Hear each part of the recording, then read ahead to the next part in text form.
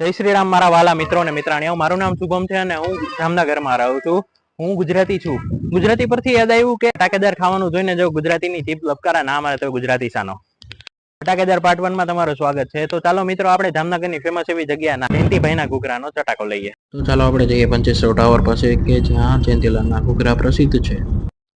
મિત્રો, આપણે પહોંચી ગયા છીએ જામનગરના ફેમસ એવા જયંતિભાઈના ઘૂઘરાવાળાને ત્યાં.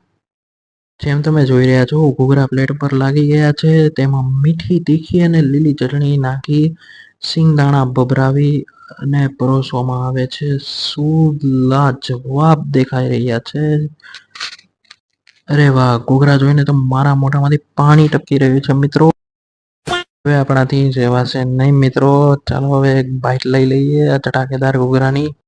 ચાલો તમે પણ. અહીં ઘૂઘરા સિવાય સેવપુરી, બી બટેકા, લસણિયા બટેકા પણ મળે છે. તો તમે પણ પહોંચી જજો જીભનો ચટકારો લેવા જયંતિભાઈ ઘૂઘરાવાળાને ત્યાં. ચાલો મિત્રો, ફરી મળીશું એક નવા ચટકારા સાથે.